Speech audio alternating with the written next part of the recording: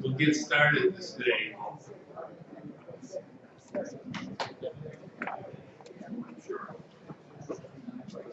There's our agenda. We'll have a guest speaker later on smartphone technology and banking. There's our budget report. We are solid, and our big money income is coming. You guys can help by not paying your dues between April and June, and pay $25, or next month you'll be able to pay dues at a reduced rate of $10 this year. So that's making up for our remodeling and all that stuff we did. I think we'll be back lower next year again. But our Grafton Township is amazing. It's about $2,000 a year for the last 5 years. And it varies only about $35. So this year we can just kick in a little bit more. And it might make it to $2,500. That would be good. They said in something I read, we're going to read that, in the President's Council's letter that all the clubs have contributed over $3,000. So that puts where most of the money came from. We gave $2,000. That's our magic number. We'll make $1,800 this year. It was about, I think it was a 1711 last month. And we had an average month of new. We're getting a lot of new people, that just are starting in here and enjoying. The board meeting is coming up. It's 1 o'clock in here. That's the 16th. And it'd be good. How many people have never been to a board meeting? Really raise your hand. Still never been to a board meeting. Come on down. What the heck? Okay.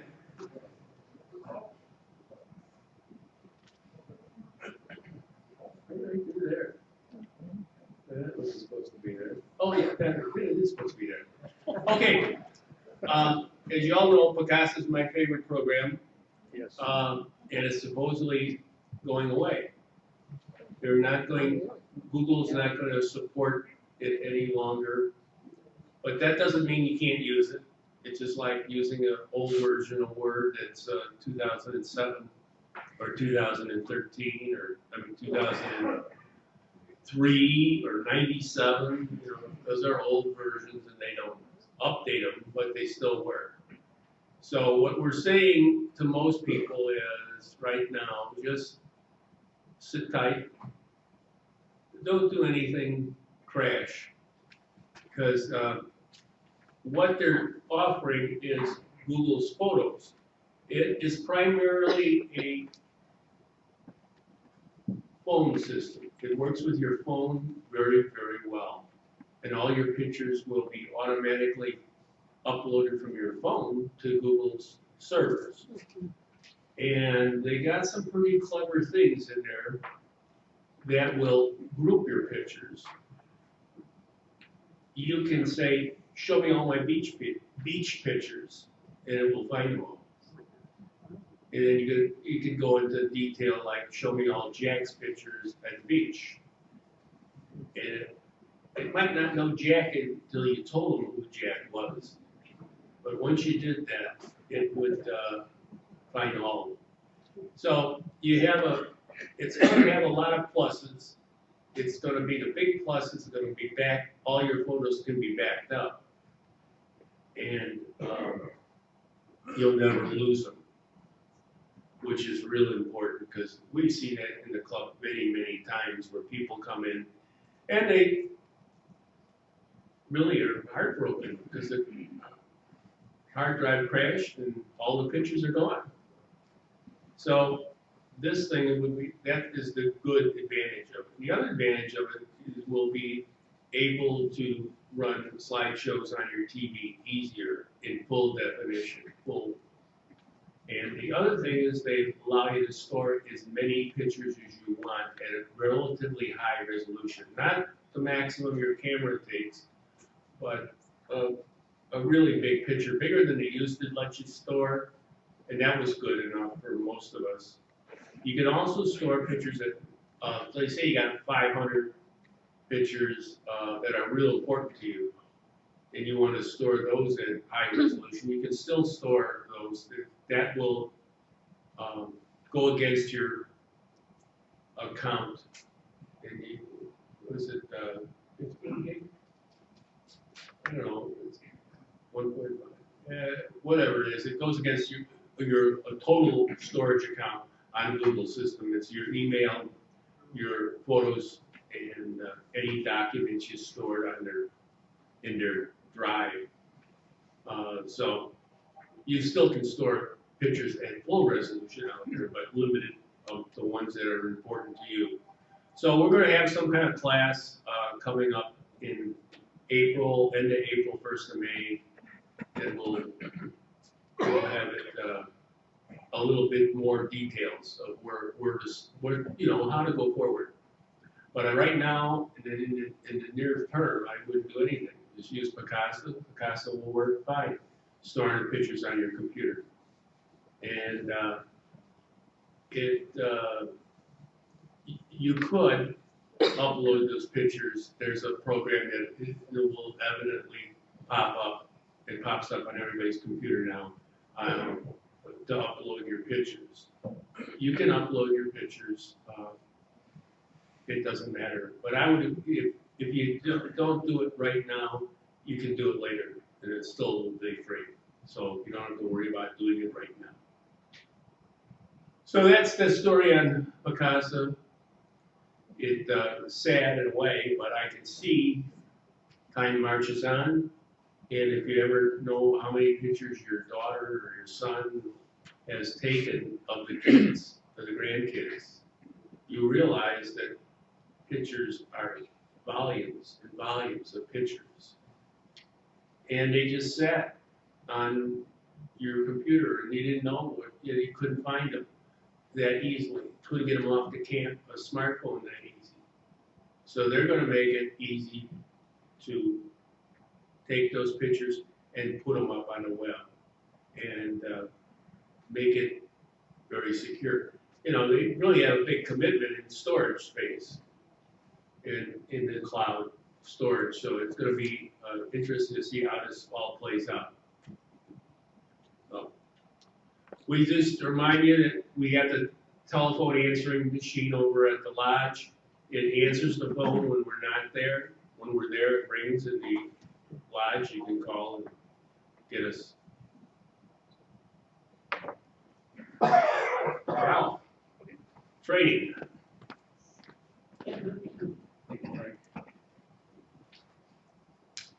Well, good morning. Good morning. You know, about the last 5 months, I've been asking for volunteers, to help them in the lab and all that, and I thought, you know what? I'm really not getting a lot of response. So that was just the first step. Here's the second step. I'm just getting you ready for this, baby.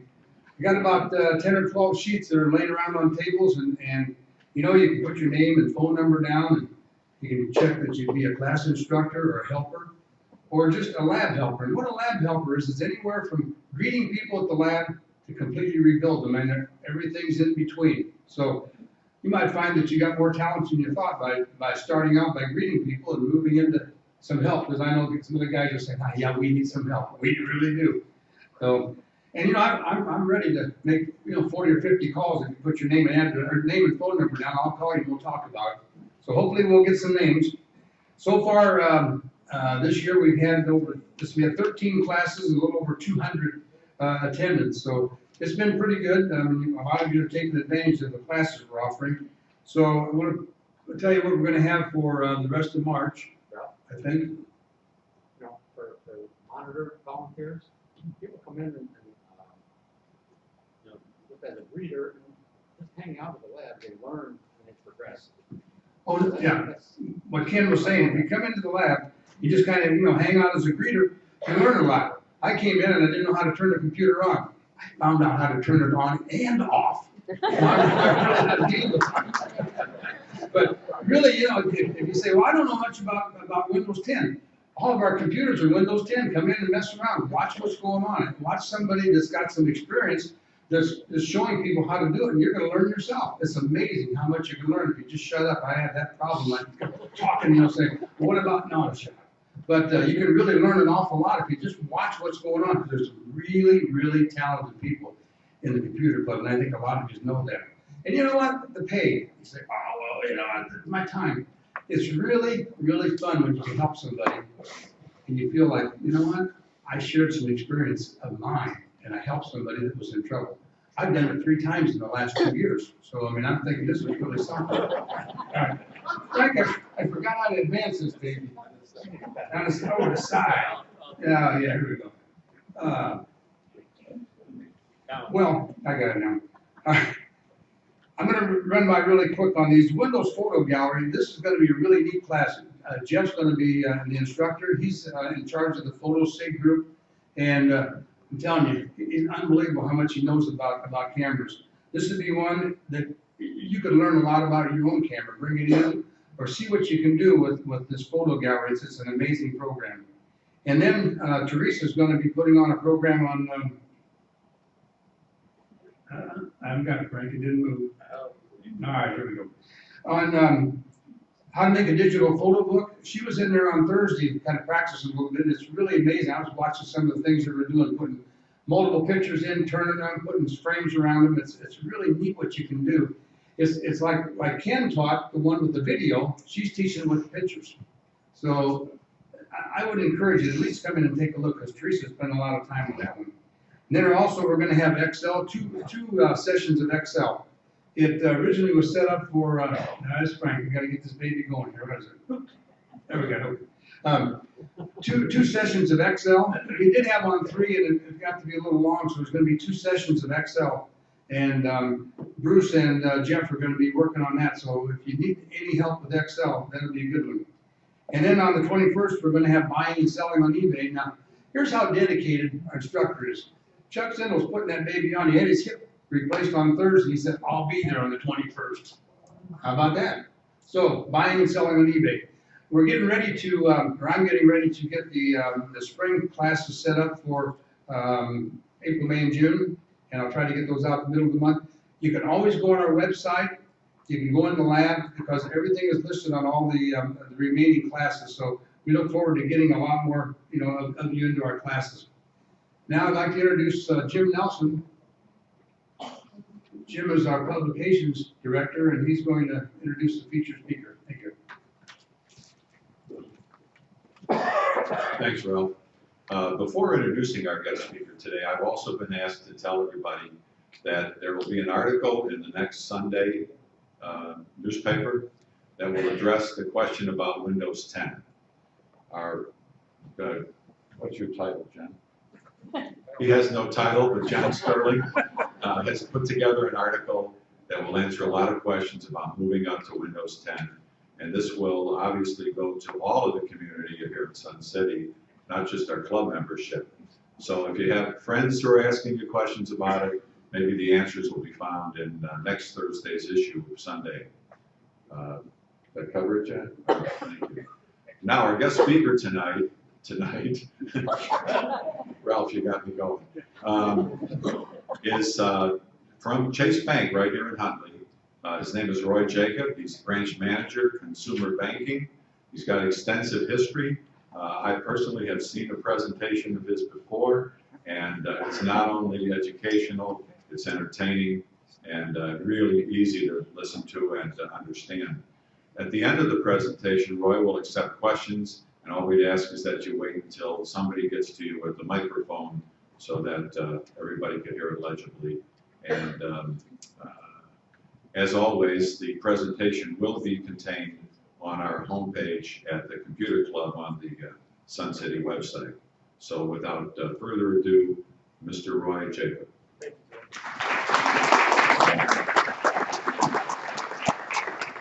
Good morning, everybody.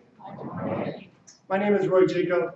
Thank you, Jim, for that introduction. A little bit of my history. I've been at this Chase branch here for the last 2 years. I've been through a lot of changes with this branch for the last 2 years when it comes down to technology and where banking is going. So, but a little bit of my history. I was a Marine for 10 years. I served in the United States Marine Corps, 2 tours outside the country. And coming out of the Marine Corps, I have a degree in engineering, and I said, you know what? Engineering is not something I wanted to do. And I was always something I always wanted to do was be in front of people. And you're going to notice that as I have my public speech with you guys today, I wanted to be around people all the time. So I went into retail. I started at Best Buy. I was with Best Buy for 12 years. I was a general manager for them. I came from Los Angeles, ran a couple of their stores out there, and then came into the Midwest and ran the largest store in the territory that's in 5 states, from Minnesota to Ohio to Illinois, and a couple others in Downers Grove, and I did that for about 4 years. So with that said, I come with a lot of technology background as well. So when Jim invited me to come over and see you guys today and talk about technology, I said absolutely, because this is something I'm very passionate about. And you guys will see that passion inside my branch. I know a lot of you guys walk in there and I see some familiar faces and say, I don't want to mess with any of this stuff. You don't have to. It's just another option for you guys to utilize in our banking world. So with no further ado, I want to go ahead and talk about what we're here to cover, and that is security of banking right now. And with security in banking, a lot of things are changing. The larger banks are moving a lot faster than the smaller banks, and that's not what we're here to do. I'm not here to talk about how we are different than anybody else, but security is different, and I know it's very important to every single one of you guys. So with that said, the regulators are putting a lot of pressure down with the banks to make sure that everybody's secure. You know, FDIC is covering everybody's cash and wants to make sure that every one of you guys' money is utilized in the right way, and nobody's going into your accounts and pulling out from your debit cards or credit cards or online banking and all that type of stuff. So a couple things we want to talk about is online. And I know a lot of you guys are not online, and if you are, it's great. And if you're not, please share that information with everybody that you guys talk to is about your online banking. If you're not online, you want to sign up online no matter where you bank, and try to utilize what they have. And if you don't know what they have, just ask them. And if you don't know how to use it, sit down with a banker. I guarantee you they'll teach you. That's something that they want to do, is educate every single one of you guys on how to use your online banking. The one thing that we're seeing is that when people are married and we give them a user ID, they go home and they utilize the user ID on Mrs. Jones and Mr. Jones. They both log in under one user ID and they do their banking. What happens then is, God forbid one of them is deceased and they're no longer there, and that was the user ID that it was tied into. We just lost all your banking past history. So all those bill pays that you guys had, that you guys put so much time and built into that system so it's paying your bills naturally, is now gone because that person is gone. So it's very important to understand that your user ID is your own user ID. It's not something that you share with your family or friends or with your husband and brother and sister. Everybody has their own. So if you are doing that currently, that's fine.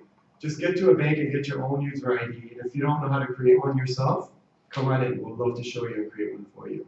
Okay? So very important. Second is what you're doing online. Are you paying your bills online? Paperless statements.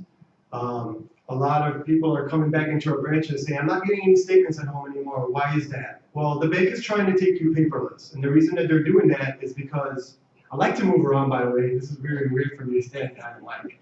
But we want you to be able to not have a paper going around town with the mailman going into your mailbox. A lot of you guys are out of town, so nobody's going to wherever you're going and coming back, and that statement is just hanging out there. And the problem with that is anybody can pick up that statement and get your full account information, your name, your address, all that stuff, where you're banking. So then they pick up the phone, they act like you. I'd love to take that. Thank you. Thank you.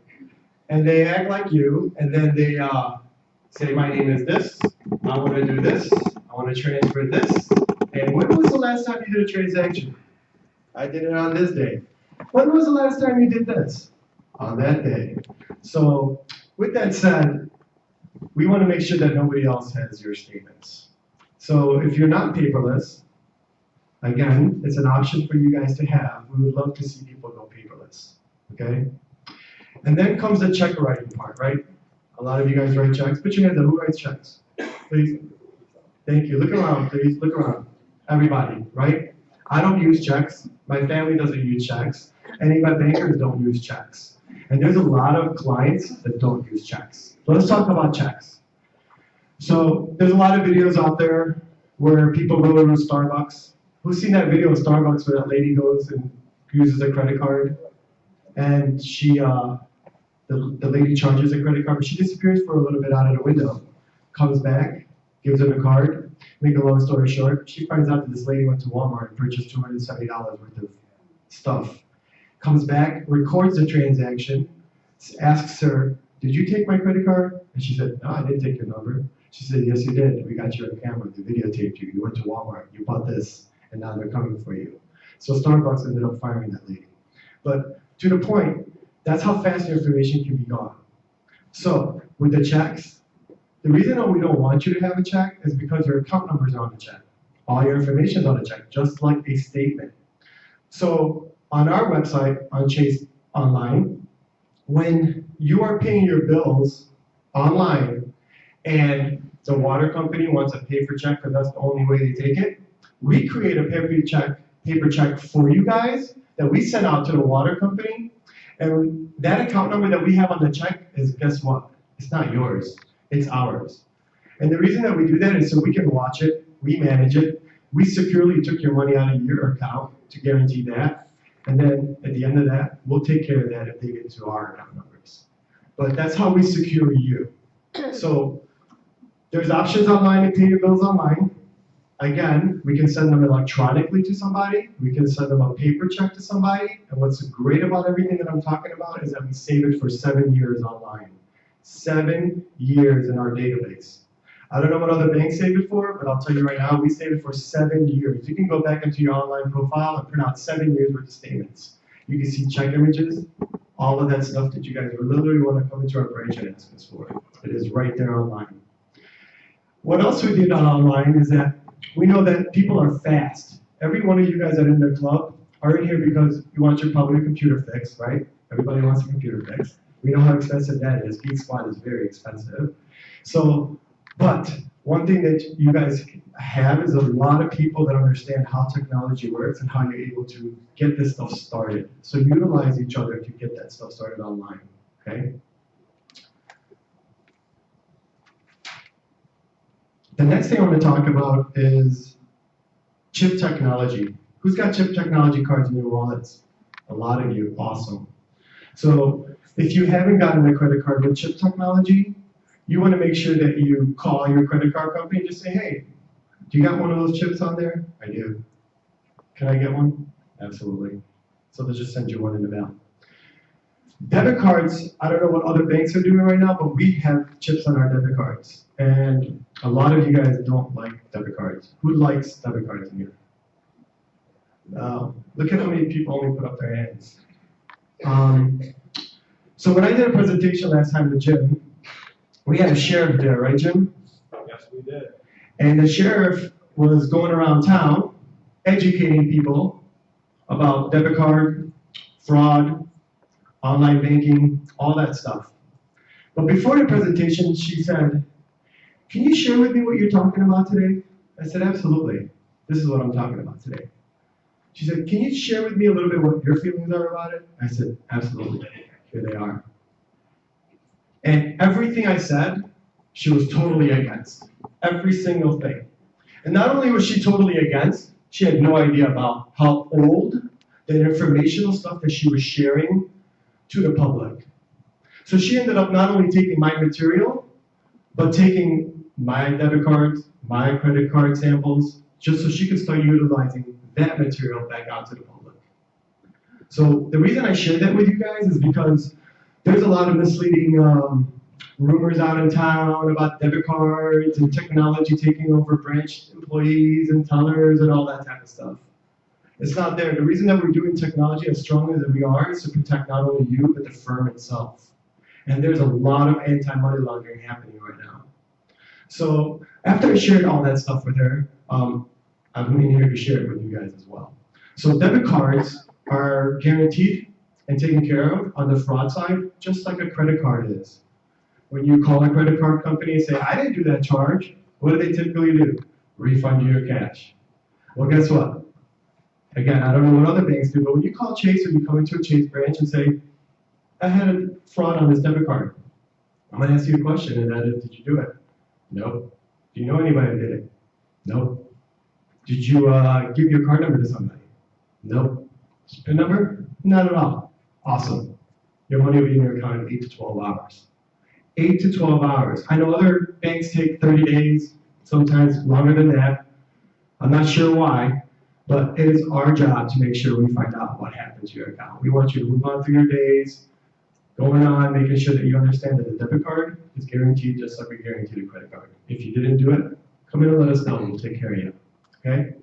So, the next thing is cell phones, smartphones. Let's talk about the smartphone world. It's my favorite part of this presentation. So, everybody here has a smartphone? No, a lot of flip phones, Frank? Flip phone. All right. So, I love the flip phones because I get a lot of people who come in there and I say, do you use my mobile? And they say, no, not at all. I say, can I see your phone? And it's a flip phone. And then they tell me they're part of their computer club. And I said, they haven't motivated you to get a flip phone yet? They said, we haven't gotten there yet. Get there, Frank. That's why the president needs a flip phone. Tablet, that's awesome. So if you have a tablet, thank you for that. So a tablet. If you have a tablet or a smartphone, you can do a lot of things with this. And who's seen my wrist? Does anybody know what this is? It's an iWatch, okay? Actually, one of the best inventions that I think has happened in my lifetime so far. I actually love it. And I'll tell you why. I hate phones. I hate how big this phone is. The reason I have it is because I want the best in technology. That's why I have this phone. I love technology, that's why I have it. But what my watch did for me is that it totally took over my world on the digital wallet side. So I love to go to Walgreens, especially this one here in Holly, and I walk in there and I get me a Monster or whatever it is, start my day, and I walk up there and the lady says, good morning, good morning. She charges me and I take out my watch and I go like this. And she goes, what just happened? And I said, I just paid for my watch. I said, you've never seen that here? She said, no. I said, how long have you been at this register? Over a year. You haven't seen this at all? Not at all. I said, here, I'll buy something else. Watch this. So I bought something else, and I showed her, and she said, that is so awesome. I didn't know this watch does it. I said, yeah, it actually does everything for me. It tells me when people text message me, so when I'm with my clients, I'm like, all discreet. I'm like, oh yeah, I gotta call home soon. But what I love about this is my Passport. So has anybody utilized Passport in here? Very nice. I like your hands going up. What's your name? Bill. Bill. I love the fact that you have so much of the technology I'm talking about. Thank you for that. So watch this. I'm going to use it on my phone so you guys can see it because the watch is too small. If I double click this, what just came up? My Chase Freedom credit card, right? So that's me telling the phone that I want to go ahead and pay for a product right away.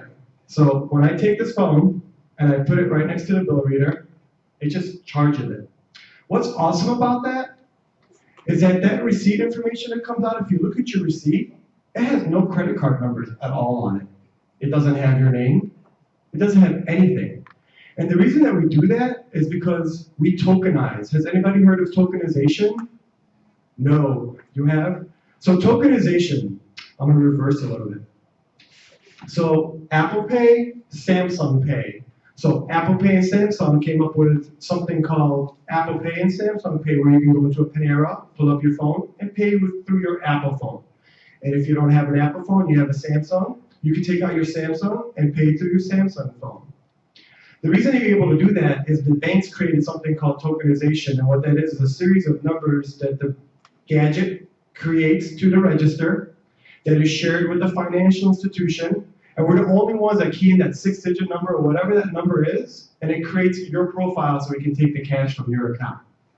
Nobody can read that number. Nobody understands what that number is. No other financial institution knows what that number is. It's just gibberish to them. It's just a number. Without our databases, they cannot utilize that number. And for that sake, none of your information is ever shared with a retailer. And that's where a lot of the fraud happens. It's on the retailer side, where you're giving your card to that waitress that's at the restaurant, and they go back there and they charge that card, and you guys give it up so freely. Here you go, right? Because she was such a good waitress, she brought you over your water on time. But that's where the damage is happening.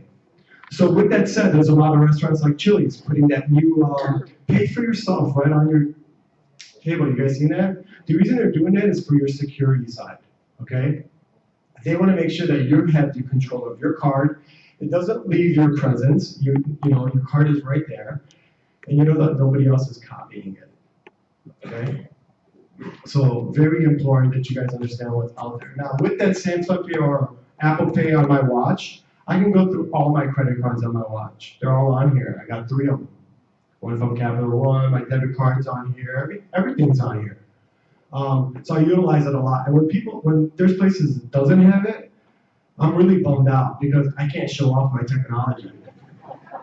I really can't. You know, like my wife is like, put that phone away. I'm like, no, do you notice they have an Apple symbol right there? I can use it. And you have a smartphone too. It's actually better than mine, so you should start utilizing the technology. And actually, my wife uses my user ID online. So everything I told you guys not to do, she's doing it right now. I promise you, I swear, she's doing it right now. I told her the other day, I said, when are you going to move the bill pay over? Like, you need to do that right now. You know, I'm the branch manager, and I talk to people about this all the time, and you just broke that rule. So she breaks rules too. Fingerprint. How many people access their phones with their fingerprint? Very nice. That is the best feature to have on your phone. You guys hear all that Apple stuff going on right now with the FBI, right? I'm not going to get into that. It's political, crazy stuff. I'm not going to get into it. But I love what we're bringing up, the attention on the technology side, your privacy, what they're doing. Some of you think it's the right thing. Some of you think it's the wrong thing. I will not go there, but I will tell you it's done for a reason. That fingerprint is very important for you to go on there. But without that fingerprint, you're not able to make your payments at the store as well. So if somebody steals your phone and goes to the store and they double click that thing like I just did, yeah, the credit card will look all beautiful to them. But guess what? That credit card doesn't have a number, doesn't have my name, and they can't utilize it unless they put their finger on there, and you notice that fingerprint go? That's when they can utilize it, okay? So without that fingerprint feature, they can never get in there. And like Apple says, a couple times you do it, it will erase that phone. And I've actually lost my phone, and I've tracked the person who got my phone, and I've gotten my phone back from just by tracking it on Find My iPhone. So if you think that technology doesn't work, it works. I've actually followed my kid when she went to Disney World this summer with her school. I said, man, what's she doing in Disney World right now? What park is she at? I freaked her out. I called her. I said, I know you're in Epcot. How do you know that, Dad? You're a helicopter dad. I said, I am, but I know where you're at. She goes, I know. I can see that you signed on to my Find My iPhone. I said, yeah, because I care. All right. So the next thing is, this is where I get a little touchy, okay? And the reason I say that is because my branch went through an innovation process. And who has walked through that branch this week? Please put your hands up. That's not a lot of people, okay? So if you haven't walked into my branch has got about $1 million facelift. And the facelift was a technology facelift. And when I got to this branch 2 years ago, Chase was thinking about changing that branch in October of 2014.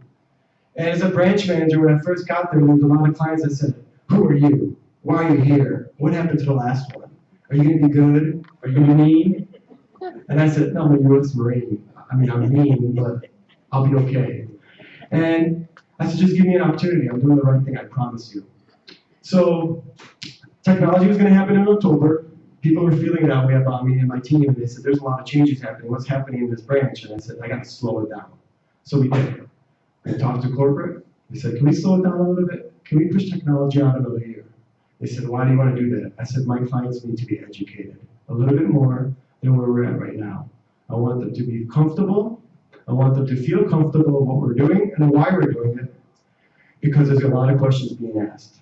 So I'm in the front lines this week. What I mean in the front lines is my bankers are sitting aside, my tellers are sitting aside, and everybody that's walking in walks in and says this. What happened? What's going on? It finally happened? Where's all the tellers? Did you fire them? Did they lose their jobs? And all the other great stuff that comes out. I asked one client, he was going on and on and on and said, I care about your tellers and all this type of stuff. And I said, I appreciate that. I've known for such a long time. I said, I'm glad. Can you name one of my tellers? And he couldn't. So then I said to him, are you making excuses so you don't use my machine? And he said, no.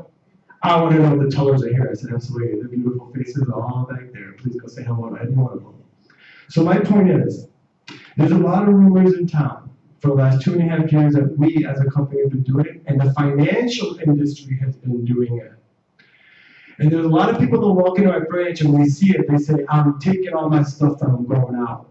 I'm going to take it to another bank. And I'm going to do this and I'm going to do that. And I'm not there to stop you. But what I'm there to do is educate you and let you know what we're doing and let you know that nobody's lost their job and nobody's going to lose their job in any of the financial institutions that is done. When I went to California, Bank of America is further than we are. On the technology side, what's cool about that is I walked out to LA and they had about 7 ATMs lined up. And with the 7 ATMs lined up, they had about 3 tellers standing outside in the heat helping clients work it. And then I looked across the street and there was a Chase branch. And they were doing the exact same thing. My point is that we're not letting go of any tellers.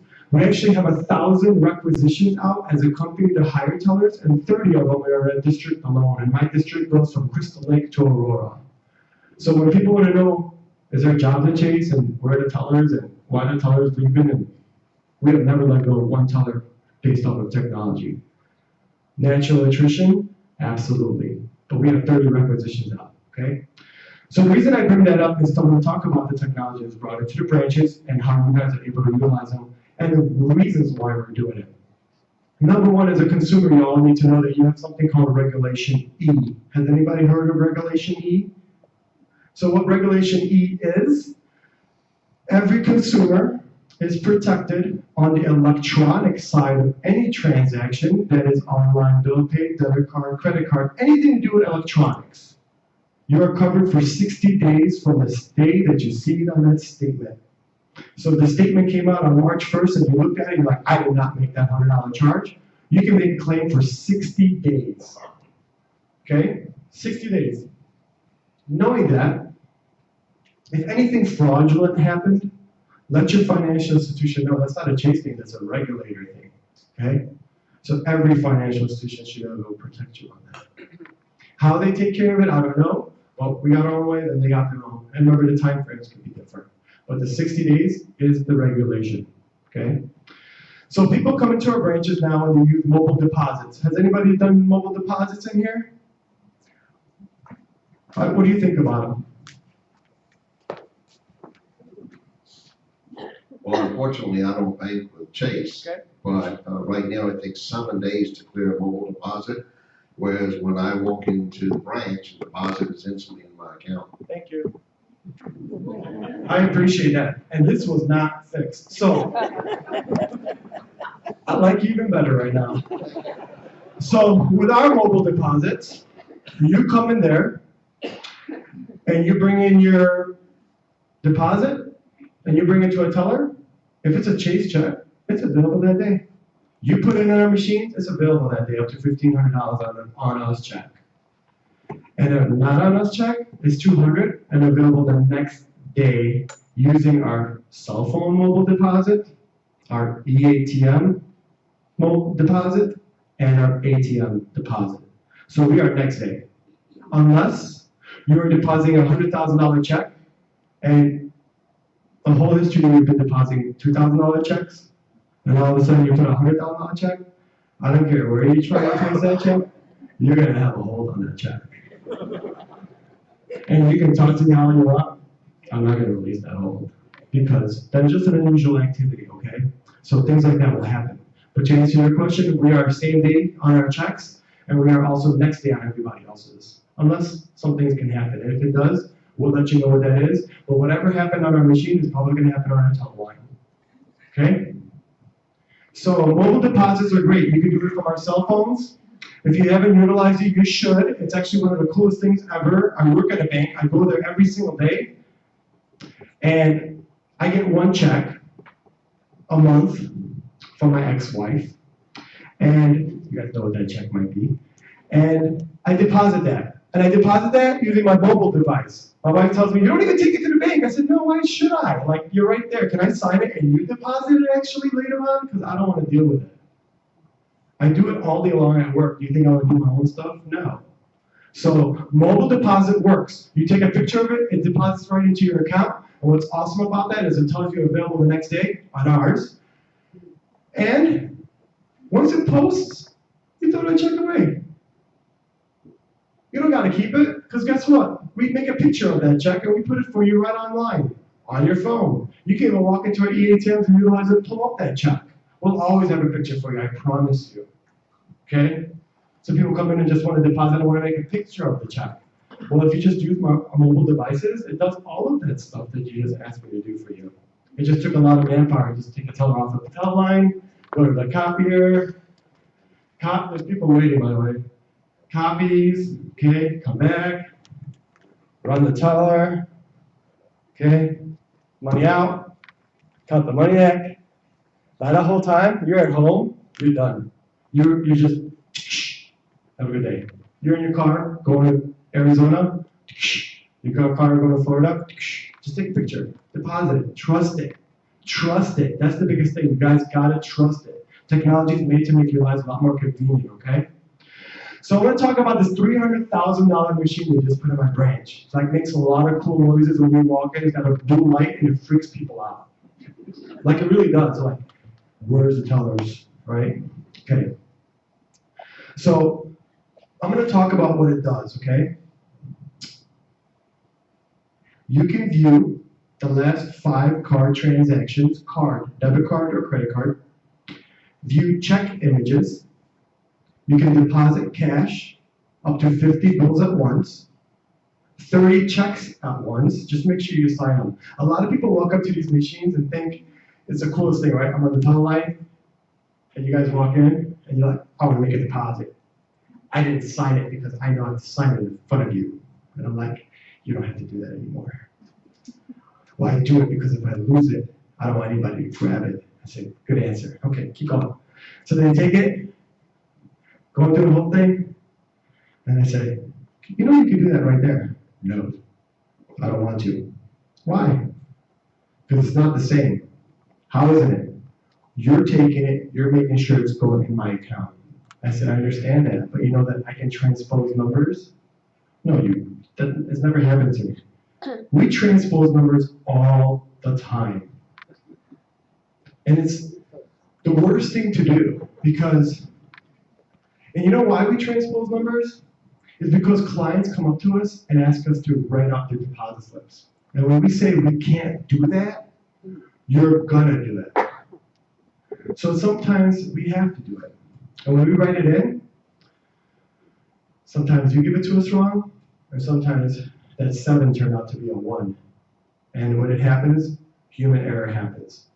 On a machine, literally, no error on where it's going, because that debit card is linked up to your account, and that's the only place it's going, guaranteed, okay? So the EATM takes a deposit. When you put in 30 checks, you can ask it to print out all the check pictures on that receipt for you, all of them. But you know what's gonna happen? That receipt's gonna be from Frank to me. I had somebody do that, Frank. And I had to go replace that ribbon. So you can do it. But now some people are like, I trust this thing. I'm gonna hit don't print. And I love when they do that. Because what that tells me is they finally trust technology. And that's what we're here to do today, to make you guys trust that technology, okay? Pay your credit card. When you pay your credit card, I don't know how about also financial institutions do it, but when you go into that machine and you hit your credit card, it'll say, there's your balance statement, you want to pay that.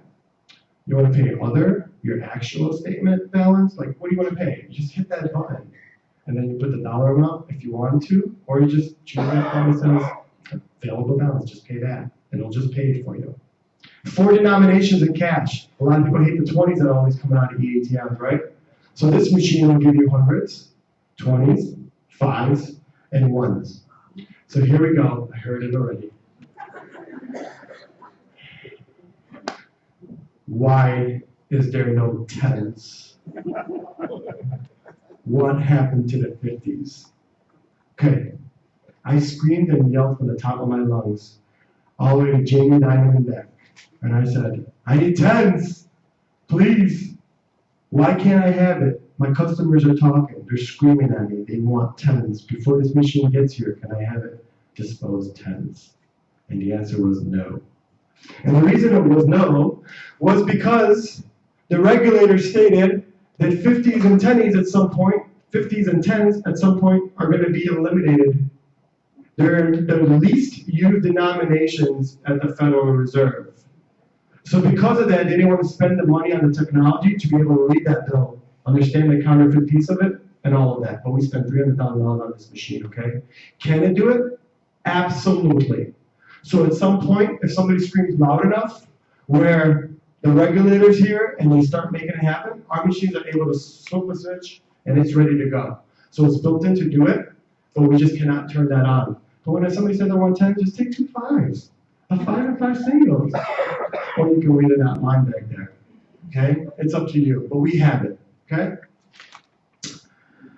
The picture of checks, I said you can print it out.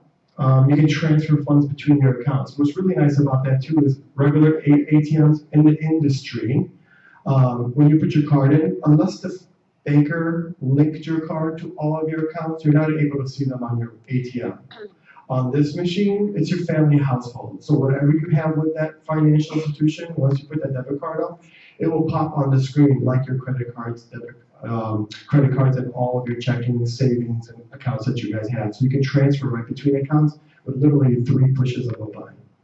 From account to account, dollar amount, confirm. Okay?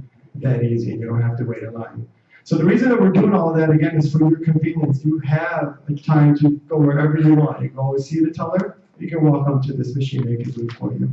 And the last couple things is 10 last transactions. So if somebody wants to 10 last transactions, it can do that. 5 last deposits, somebody wants to check their Social Security, any pensions coming in, and you're thinking it's going to be right around there, you can hit, give me your 5 last deposits. And it'll show you on the screen if you want, or you can print it, or you can do both. And the last piece of it is just a convenience factor, right? So with the convenience factor, we have 3 of these machines around the building. The one in the drive-thru, we just upgraded to a brand new one. It cannot do the denominations that we want to give out and like we do in the branch, but it will do it in the future. We already have that. It has the capabilities. We're not turning it on because as of right now, we still are testing a lot of this product, okay? It's tested in a lot of different areas. We know it works great, but we're slowly turning it on because we don't want to freak out a lot of people. Because there's something called mobile authentication coming. Have you heard of that? Really, really cool. Let me share. You're driving a car, and you get to a store, and you're like, I need some cash. I need $200. And it's 10 o'clock at night, and it's late, and you don't want to be in front of the ATM for a long time. You go into your mobile app, you turn on the Chase app, put your finger on there, comes on, and it says, mobile authentication, $200 when I get there. It creates a 6-digit number. I go in front of this ATM, I hit enter access, 6-digit number, here comes my $200, just like that. It's very fast, very efficient, and that number only lasts, we're not sure yet, is between half an hour and an hour. After that, that number is eliminated, okay? But the reason they're doing that is so you can go in and out of the ATM really, really fast. Okay? For security purposes. Our branches also have the vestibules that have the ATM inside of it as well. And in the weekends, you can slide your card outside the vestibule and it'll let you inside the branch and it locks the door behind you for security. Okay? So the reason we have 3 of them around the branch is for your time, your convenience. We have a lot of clients that are business clients. If you're using our drive-through lane, people always complain that lane 1 takes a long time. Does anybody know what lane 1 typically is? A business lane. So instead of standing behind somebody for half an hour, 45 minutes, there's 2 other lanes right next to it. So don't stand behind lane 1 if you're using my branch because it's a business lane. And remember, there's a couple more ATMs around it that can do it. Any questions that you guys have when it comes down to this type of stuff? I'm not around. Every one of my bankers is educated enough to share any of this stuff. You can make appointments with them to sit down with them. I don't care if you don't bank with us. I really don't. It's about educating my clients on why I'm here. I always tell Jim, I'm here because of you guys. You know, you guys are part of the community. I want to make sure all of you guys are educated. I gain some clients, I gain it. And if I don't, it doesn't matter. I want to make sure you guys are educated enough to understand how technology is going to help you and just share that word across your community. Okay? I think I covered everything. Does anybody have any questions? There we go. Jeff, you want to handle it? Thank you. You have to give yours up. Yep, that's fine. Go ahead. Use this. You have to now stay. That's fine. I got it. Questions?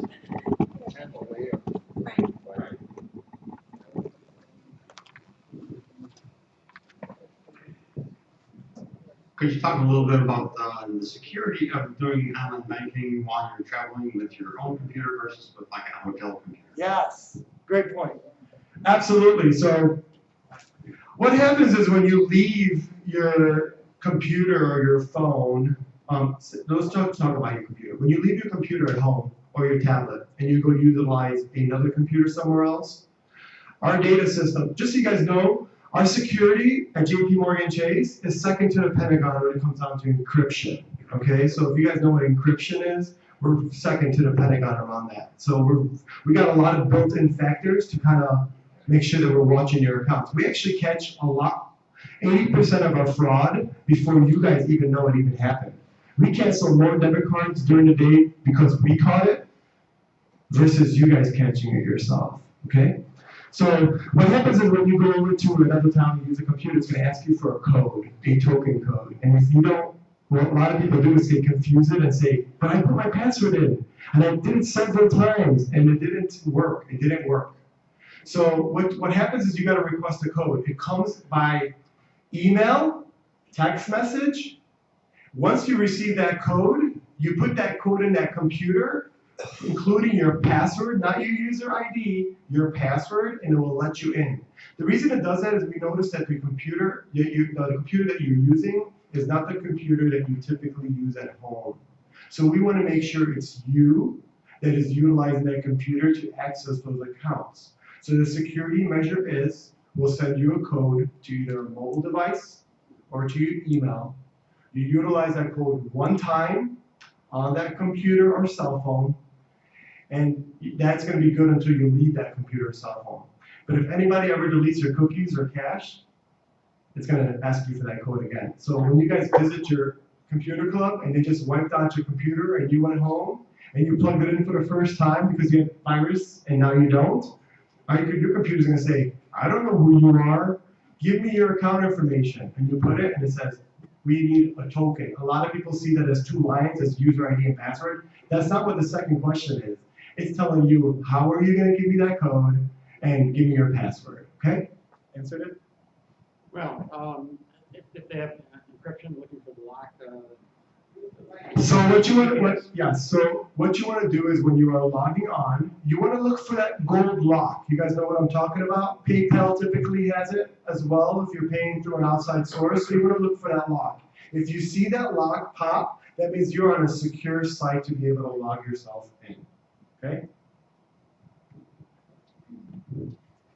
Yeah, I'm like everybody else here probably. I'm new at using the technology.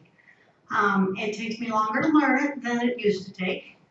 And so the first time I used the ATM in the lobby, in Vestibule. in vestibule. Somebody came out and showed me and had me do it, and it worked fine. So I was feeling pretty confident about it. Then I had some checks I had to deposit, and there's a long line in front of me, so I'm waiting way back at the other wall. By the time I got up to the ATM machine, there's a long line behind me. I got nervous. I made a mistake, and I had to cancel it and start over again. The second time I made a mistake, I had to cancel it. A different mistake, not the same one, but I had to cancel it and start for the third time. Okay. The third time it did not give me the home page, and I'm looking all over for a home button. How do I get to the home page? I want to make a deposit. I'm not withdrawing money. I want to make a deposit. How do I get there? So I couldn't find it, and I said, the heck with this. I canceled it and went to another bank and deposited my check somewhere else. So the problem was there was nobody from the bank that I couldn't leave the machine to go in and get help because there was another whole line behind me back to the other wall again. What do you do in a case like that? Cancel it and say, okay, I gotta come back another day? So if that would ever happen in my branch, I would tell you that you cancel the transaction the first time it ever happens. I'll tell you this, it doesn't matter how many customers or clients that we have behind us, we do it on your pace. Because regardless if it was happening on the teller line or if it was happening on the machine, I'll take care of that transaction in the same way. And if you don't have 5 minutes to stand in that line at that point in time, I will tell you that it's the time to come back to another time at the branch. But with your sake, you had that failure in my branch, and it happens one time. Branch. I do know that. Just come right into the branch and do your transaction at the teller line. I don't want you guys to be frustrated because of the technology. So if you failed at it once and you didn't have the help, come on in and ask for it. And if there isn't one for you, please utilize our teller line. It's there for that reason. All my Well, I was afraid I was gonna have to wait in line again. Not at all. Just let us know what is going on, and we'll come out there and help you out first, because we will move people out of the way if you were there first and you had a situation that happened. Okay? But at the end of the day, if you guys do get frustrated with the technology, utilize us. We're not telling you to use it once through us and then try it yourself. If you want to use it through us 3-4 times, please do. Don't feel like it's a bother for you to come in there and grab one of our bankers or tellers to come out there and teach you. I'm on the floor right now as a vice president of the branch. I'm there for a reason. I want to make sure that my clients understand that you guys are all important to us and that I'm running that side. If I need the support, I'm going to call my bankers or my tellers to support you.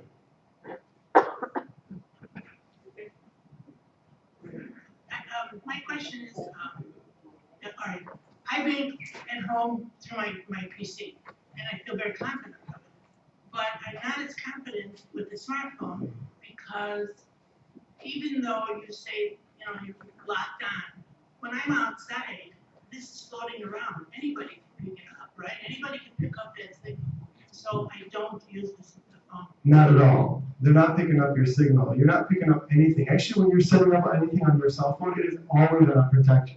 You can't just pick up that.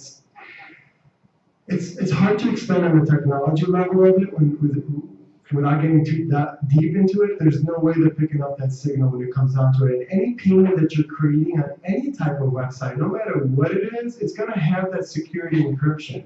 And if you're on a website that you're not making a payment or dealing with cash, then that's something that you're taking a risk on. But if you're making any type of payment or transaction, that's going to be something that you want to look for is that lock. And if it's there, then utilize it. But all the other websites are not, absolutely. But when it comes onto your phone, utilize it like you're using your computer at home, especially on the banking side. Actually, our cell phones are almost mirrored to our online now, so our clients are getting a little bit more comfortable using it because they can see the same thing on both ends. Okay. I have a question regarding taking a picture of the check. Yeah. It's cool, it gets deposited and it goes to wherever, hopefully my account. Yay! Now what do I do with that check? So once you put in the check, it goes into a pending status first, Right? and then once it hits the account, you can put your initials on the middle of the check and put it aside, or you can rip up that check and throw it away or shred it. Okay, the shredding part of it, do you shred or do I need to shred or? Yes, you need to shred. I know that Heartland and some other banks around here will do like a shredding day for you to come in and do that. We don't have anything like that. All of our stuff is just internal, and we don't actually shred. We have a company that just comes in and picks up the 2 barrels that we have and just takes it out. But you want to get rid of that, absolutely. Thank you. And you can always get a picture of that check as well, no matter who you're probably with. Okay, I have a couple questions. Yes, sir. First, outside by your ATM, with the lane that says ATM, there's no machine. You can eventually put one there. So I asked for that old machine to go into that second lane there, and we couldn't do it because the technology was, that machine that was there was old, so we couldn't utilize that. So as of right now, we're not putting one, and I forgot to talk about it. Very good point. Can I get the mic back? Yeah. Very good point. So the reason that we're not doing that is when we started this technology innovation about 2.5 years ago, we put two of these machines in every branch that we started doing it in. And what we noticed happening is that the clients were first, like they are here, very hesitant to using it. But after some time, it's pretty cool. You guys will break down, okay? You'll be like, all right, I'll do it. Let me try it one time, okay? So that's amazing. So that one time that you give us, we try to make that the best time, right? And what we've noticed, our goal last year was to send out 100 million transactions outside of the branch. 100 million. And the company said that's going to be very hard, okay? So we started putting 2 of these machines, and through natural attrition, 80% of that 100 million migrated out to mobile banking and online banking on their own after the first or second use of our ATM. So what I was telling you is the reason that we only put 1 is because we've noticed that our clients, once they use the technology, not only do they feel safe using it, but they start using it more where they don't even come to the branches anymore. And then you're like, well, what happens to your clients? Well, a bank is there not to run your transaction, really, right? If you think about it, we're there to help you make some money. And interest rates are, of course, bad, but we're here to help you make some money. We want to become an advice center, okay? We want to be able where you come into the branches and you sit down and let's talk about your family, grandchildren, school, how to help you guys make some money, okay? So we don't tell the transactions are going to happen, that's just natural, but we have found out that people are just migrating out on their own. They love the mobile technology. They're asking for more of it every single day. I love when a 96-year-old woman walks into my branch and I don't have to say anything. She walks right up to this machine like she did yesterday and she was just like, boom, boom, boom, boom, boom. And the person standing right next to her was the one that just said, I will never use the technology. I will never trust into it. And he was probably 30 years younger. And guess what was happening when that happened? The whole time I was talking to her about how proud I was that she was using it, he was like, right? Checking it out. So I invited him over. I said, can I show you how this works? No. And he just kept walking, right? But then he walked to the back, and then when he was walking out, I was doing another introduction to it, and he stopped again. And he looked, and I could see from my side of my eye that he was listening. And I kept educating, and he kept listening. What do you think happened when I looked over? He walked right out. Why? Like, I just wanted to show you. Don't be scared of it. I just want to show you. So, based off of that, people are migrating out. We are not putting more ATMs in there, just because we know that once people start using it, they're going to use it more, and it's going to be outside the branch. One more question. Well, you mentioned about login, okay? My wife and I, we've known Chase for over 20 years, and we do everything on Quicken, okay? So we enter Quicken, and the Quicken uploads into Chase and does everything. So we don't do it online, through Chase Online, we do Quicken. We have 1 login, okay, for checking and savings, okay? Now you're talking about 2 logins, that's the why, I understand, because we can get in it, each of us can see everything, all along, we can see the past history, so I don't understand the idea of the 2 logins. That's for you. The login is for yourself. The reason that we have to do separate logins is, you want to know why? I'll tell you why. I hope this client's not here. No names mentioned. But client called the other day. I have a fraud on my account, $88 paid to a debit card using online bill pay. Okay, What can I help you with? I need my money back now. And every time I try, now.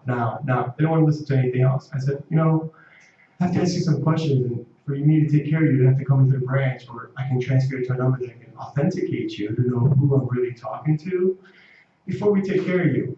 Coming to find out, ranting and raving, the importance of online is we do screenshots. Not literally like screenshots, but we actually record what you do online. Who logs in, the time you logged in, where you went, what you did, who you sent it to, where it ended up, who did it. So I called her back and I said, your daughter, never mentioned her name to me. We just got a good security team. Logged into her online, used her mom's account number to pay her own over-limit credit card, and that's what happened.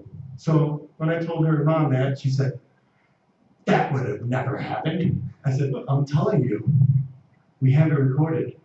This girl is your daughter, right? Yes. She logged into your account and she did this and that. So the importance of it is not for that, only for that sake. We want to make sure that whoever's getting into your account, we know. Just like a debit card. Elderly abuse is everywhere. We see it all the time. I actually have the best team on 47 for that. I guarantee you that, okay? We catch it all day long before, I've saved millions of dollars to people that have been elderly abused in my branch in the last 2 years. And we see a lot of people that have caretakers and brothers and sisters. And I talked about that before, Jim. Your own family will steal from you faster than anybody outside of your premises. When you think it's not your brother or your sister or your caregiver, it's one of those two or three. They typically come in when you're sleeping. They utilize your debit card on our machines with your PIN number, and they take money out of your accounts. And we catch it, and we monitor it, and we reach out to your family members and let them know that it's happening, and that's something that we do in our branch. So you talked about security, it's for that reason. I want to know who's using your card, who's logging into your user ID, and who's not. Because if a lot of people walk in and say, I never had a user ID, and I said, I bet you did. And when I go in there 20 years later, they remember that they created that user ID that they never used before. If you just log in on the computer, just log in the book. You also know that, Yes. Okay. We will timestamp everything that you do. Anything that you do is timestamped, including in the branch. For instance, if I can't look up President Obama's account, but if I wanted to and I do that, I guarantee you I'll have Secret Service in front of my branch in 3 minutes. Guarantee you. It's happened before. Okay? Everything is verified. We watch it. We have a lot of celebrities that bank with us. We do have the top billionaires of the world that bank with us. So people sometimes try to risk their job on that. And they'll put people's names in there, and they get caught so fast. So fast. Next question. Could you explain money laundering?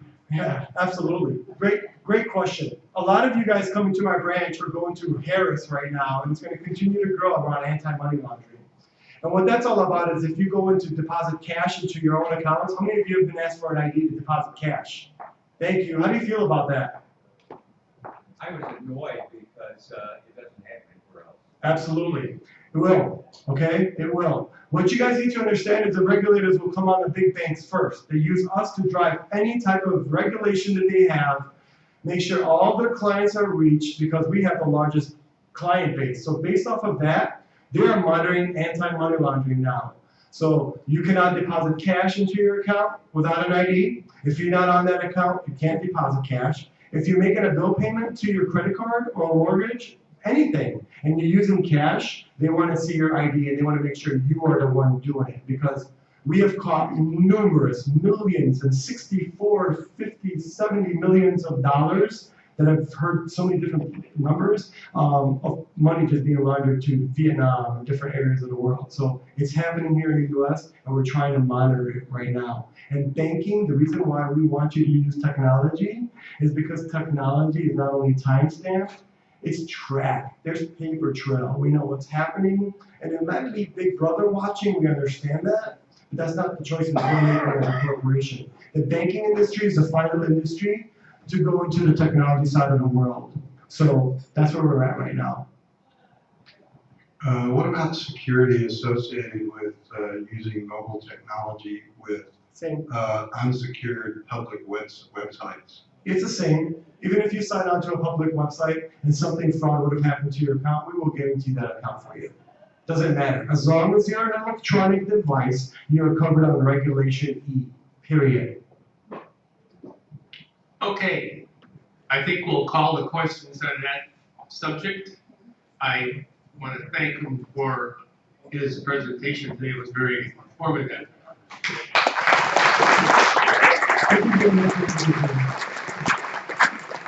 If anybody would like to have a Windows 10 book, Yeah. we have some in